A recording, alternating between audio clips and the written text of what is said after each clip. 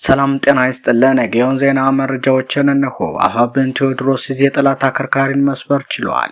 ጠላት በዙ 23 በሁለት ጄት እና በድሮን የታገዘ አውደ ውጊያ ቢያደርግም ነገር ግን የቴዎድሮስ እዝ 109ኛ ኮር ጥምር ኃይል የጠላትን ኃይል በመደምሰስ የሎጂስቲክ ዲፖ መጋዘን በመቆጣጠር ሌተናል ኮሎኔል በመማረክና የደጋዳሞት ወረዳ ዋና ከተማ የሆነችውን ፈረስ ቤት ከተማን ሙሉ በሙሉ ተቆጣጥሮ ውሏል።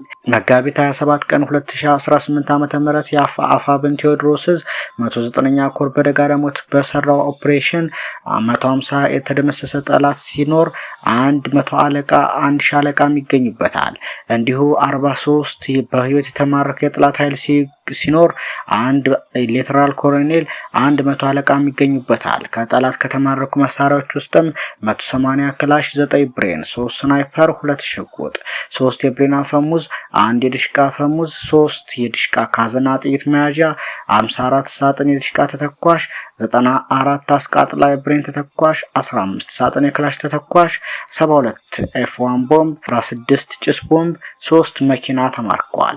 እንዲሁም 300 ካርቶን ብስኩት፣ 25 ኩንታል ስኳር፣ 2 በርሜል ነዳጅም ተማርኳል ሲል አፋብኃይል ቴዎድሮስ ህዝብ ግንኙነት መምሪያ ገልጿል። በተያያዘም የአማራ ፋኖ ብሔራዊ ንቅናቄ አፋብኃይል ምዕራብ አማራ ቀጠና ቴዎድሮስ 105ኛ ኮር የሬዲዮና መገናኛ ኦፕሬተር ሰልጣኞችን አስመርቋል። ለተከታታይ ወራት በብቁ አሰልጣኞች የሰለጠኑ የመጀመሪያ ዙር ተመራቂ ኦፕሬተር ባለሙያዎች መጋቢት 27 2018 ዓ.ም በይፋ የተመረቁ ሲሆን ወቅቱን ዘመኑን የዋጀ የቴክኖሎጂ ውጤቶችን በመጠቀም ትግላችንን በማዘመን በአጭር ጊዜ ውስጥ ጠላቶቻችንን እንደምናሸንፍ አንጠራጠርም ሲሉ የዕለቱ ተመራቂ ባለሙያዎች ተናግረዋል። የአማራ ህዝብ የተጋረጠበትን የህልውና አደጋ ለመቀልበስ የትጥቅ ትግልን አማራጭ በማድረግ ህዝባዊ አብዮት ከተጀመረ እነሆ ወደ 3ኛ ዓመት እየተቃረበ ይገኛል። ስለሆነም በመላው አማራ የተቀሰቀሰው ህዝባዊ ትግል በአጭር ጊዜ ውስጥ ከፍተኛ ለውጥ በማምጣት በሳይንስና ቴክኖሎጂ የሰለጠኑ በተለያዩ ወታደር ዘርፎች የተሰማሩ ጥበብን የተላበሱ የፋኖ ወታደሮችን ከዘመናዊ የጦር መሳሪያና ቴክኖሎጂ ወታደራዊ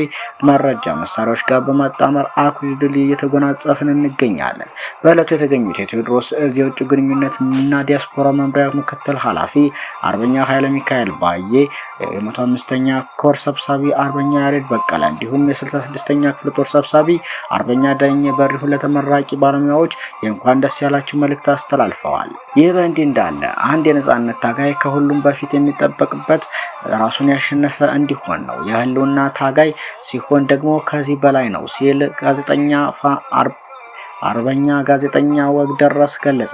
ራሱን ያሸነፈ ስንል የህልውና ትግል የሚጠይቀውን ውድ የህይወት፣ የአካል፣ የስነ ልቦና፣ የአእምሮ ዕዳ ለመክፈል የቆረጠ ማለታችን ነው። ቀለል አድርገን ስንገልጸው ደግሞ ለስጋዊ ፈቃዱ በሙሉ የህልውና ትግሉ ግብ እስኪመታ ድረስ አለመገዛት ወይም እጅ አለመስጠት ማለት ነው። ስጋዊ ፈቃድ ለስጋችን ደስታና ምቾት የሚሰጡ ማናቸውም ነገሮችን ሊያካትት ይችላል። እነሱም የሚጥምን የሚመችን መርጦ ሆድን መሙላት፣ መጠጣት፣ መልበስ፣ መዳራት ወዘተ ናቸው። አንድ ታጋይ በህልውና ትግል ውስጥ የተሟላ ሰብዕና ያለው መሆንንም ይጠይቃል።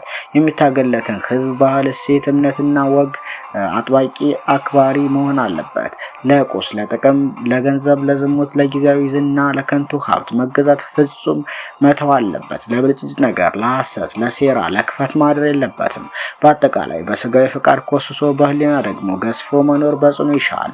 በህሊና መግዘፍ ደግሞ ለሁሉ ነገር የስኬት ቁልፍ ነው። በየቀኑ በጥይት አረር ጡት ያልጣሉ ህፃናት በማንነታቸው ብቻ በሚገደሉበት ሀገር ህዝብ፣ ባህል፣ እምነት፣ ቋንቋ፣ ቅርስ በአጠቃላይ ሀገር እየጠፋ ባለበት ሁኔታ በህሊና ኮስሶ በስጋ ደግሞ በልጽጎ መገኘት ኢሰብአዊ ሳቢና መገለጫ ነው። እኛን ቀን የጣልነውን ቁሳቁስና ከተማ ህሊናህን በዕዳ ሲዘህ ከርስን ሳክራይተህ ስትረግጠው ሳቅህ የለበጣ ሞገስ ደግሞ ያንበጣ ነው።